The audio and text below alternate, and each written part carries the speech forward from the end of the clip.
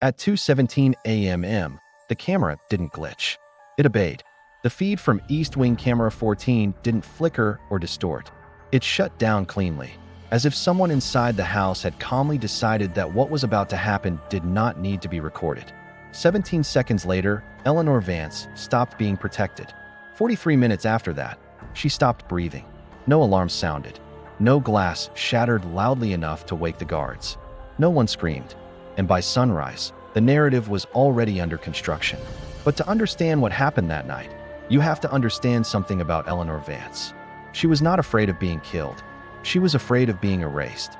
The Vance estate was built like a promise. 32 acres of coastal isolation wrapped in stone and imported glass. Steel-reinforced panic rooms. Thermal perimeter scanning. 48 interior cameras. But Eleanor once told a friend, "The safest houses are the hardest to escape." Her bedroom was in the East Wing. Arthur's was in the West. They hadn't shared a room in nearly 3 years. Staff rotated in silence. Security signed non-disclosure agreements thicker than mortgage contracts. Phones were monitored for safety. Arthur Vance called it protocol. Eleanor called it surveillance. For days before she died, Eleanor wrote something she never showed anyone. Her journal entry didn't mention divorce. It didn't mention fear. It mentioned timing. "He keeps saying I don't understand how the world works. But I understand this. If something happens to me before next Thursday, it won't be random." Next Thursday was her scheduled appointment with a divorce attorney. What no one knew at the time was that she had already copied financial records. Encrypted backups stored off-site. A contingency plan. Eleanor wasn't naive. She understood power. She just believed exposure was stronger. The night of her death was unusually quiet. Dinner ended early. Guests left before midnight. Arthur was scheduled to depart for Zurich. His jet taxied for 42 minutes before takeoff. 42 minutes where the aircraft door remained closed. 42 minutes where no airport employee logged interaction. 42 minutes that no one has ever fully explained. At 1:53 a.m., Eleanor turned off her bedroom light. At 2:17 a.m., camera 14 went dark. At 2:18 a.m., someone entered her room. But here is what most people don't know. The house had a silent mode, a rarely discussed override feature installed at Arthur's request. When activated, internal alarms would log disturbances, but not trigger external alerts. At 2:16 a.m., silent mode was enabled. When Eleanor was found, her left hand was clenched so tightly that responders had to pry her fingers apart. Inside was not just a wool thread. There were skin cells, and something else, a faint indentation on her palm, as though she had been gripping something metallic before it was taken away. That detail never made it into the public report, because by 8:10 a.m., Arthur's attorneys were inside the house, and by 8:26 a.m., the server room was sealed. Police were told firmware corruption had erased the footage, but forensic metadata later showed manual deletion. 3 minutes surgically removed. It takes less than 30 seconds to disable a camera if you know the access path. It takes longer if you're calm. The deletion log showed no panic keystrokes, no rapid input errors. Whoever did it wasn't rushed. Arthur Vance landed in Zurich at 8:47 a.m. He appeared composed. He expressed grief. He returned within 24 hours. He never directly answered whether he had spoken to Eleanor before boarding the jet, but phone records show something unsettling. At 2:14 a.m., 3 minutes before the camera shut down, a secure encrypted call was placed from Arthur's private mobile to the house network. Duration, 11 seconds. The content of that call is unrecoverable, but the timing isn't. Detective Marcus Hale felt something was wrong almost immediately, not because of what he saw, because of what he didn't. Crime scenes have noise, disarray, but Eleanor's room felt staged. The decanter shattered, but positioned unnaturally. The curtain stained, but only along the hem. The safe untouched. Hale noticed a detail no one else did. Eleanor's bedside clock had been unplugged.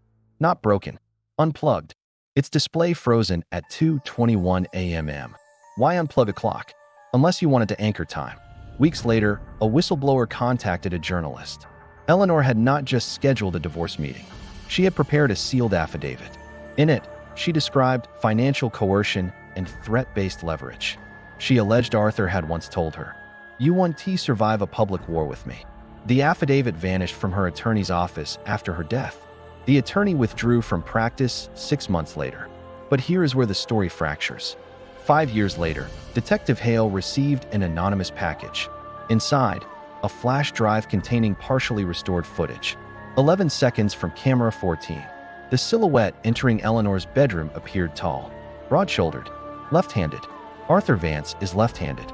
But when Hale enhanced the footage frame by frame, he noticed something subtle. The figure paused, just inside the doorway, as if waiting, as if expecting her to speak. And she did. Though no audio survived, her body language suggested recognition. She did not recoil immediately. She leaned back slightly. Confusion first, fear second. That changes everything, because it suggests she knew the person who entered. Modern forensic retesting of the skin cells beneath her fingernail revealed male DNA. The match probability pointed to a first-degree relative. Arthur refused voluntary submission. His legal team cited harassment. The warrant request stalled in appeals. But what most people never learned was this. Arthur and Eleanor had no children. First-degree relative could only mean spouse or sibling. Arthur has one brother, estranged, living abroad, with a documented history of financial disputes involving Arthur's companies. When investigators attempted to contact him, they discovered he had died 2 years earlier. Official cause, overdose. No autopsy publicly released. The head of security received a $2.3 million consulting contract after the funeral. The IT director relocated overseas. The journalist who pursued the whistleblower lead was reassigned. Detective Hale retired early. Patterns form slowly. Power rarely acts in chaos. It acts in quiet adjustments, reassignments, settlements, career shifts, reputational nudges. Arthur Vance relocated overseas within 2 years. The East Wing was renovated. Camera 14 replaced. Server systems upgraded. The estate remains occupied, and the case remains open. But here is the question that keeps resurfacing. If Eleanor was preparing to expose financial secrets, if silent mode was activated at 2:16 a.m., if a secure 11-second call occurred 3 minutes before the camera shut down, if DNA suggested a first-degree male relative, if the clock was unplugged at 2:21 a.m., then what truly happened inside that room? Was it confrontation? Was it persuasion? Was it a threat that escalated? Or was it something colder? Something premeditated? Because the most disturbing detail isn't the missing footage. It isn't the deleted logs. It isn't even the DNA refusal. It's the silence afterward. No public breakdown. No visible rage. No lawsuits over defamation. Just calm, controlled mourning, and strategic relocation. Some people panic when they lose control. Others remove obstacles. Eleanor once wrote, "He thinks influence is invisible, but I see it everywhere." At 2:17 a.m., influence went dark. At 2:18 a.m., someone stepped into a room believing they would not be questioned. And for years, they weren't. So here we are. The camera obeyed. The clock was unplugged. The call lasted 11 seconds. And the person Eleanor saw before she died did not surprise her. If Arthur Vance had nothing to hide, why did silent mode activate seconds before entry? Why did he refuse DNA? Why did every investigator who pushed too hard disappear from the case? And why did Eleanor predict, in writing, that something might happen before Thursday?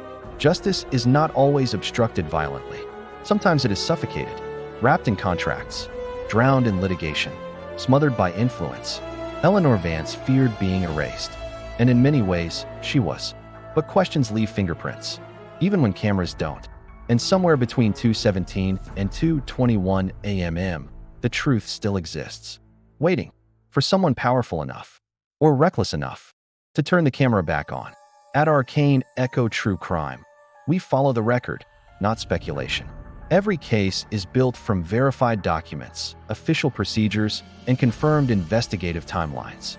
If you want evidence-based breakdowns of how real cases actually unfold, subscribe and turn on notifications. Because understanding the truth starts with what was recorded, not what was assumed.